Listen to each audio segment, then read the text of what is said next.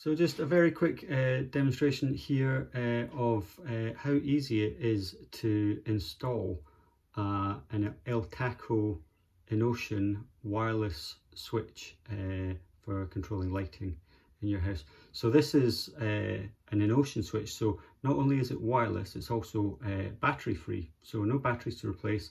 It uses kinetic energy to create enough electricity to send a wireless telegram to switch on lights. So as a demonstration, I've got this one programmed up to switch on a little panel light over there, so on and off here.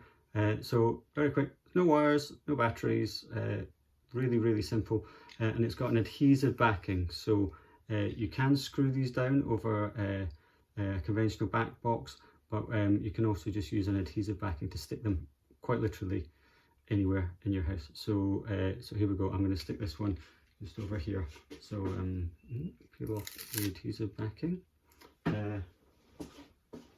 Obviously wise to use a spirit level at this point, but for speed I'm just going to line up against the edge of the shelf here.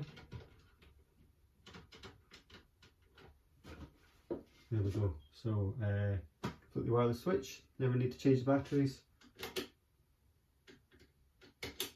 Easy as that.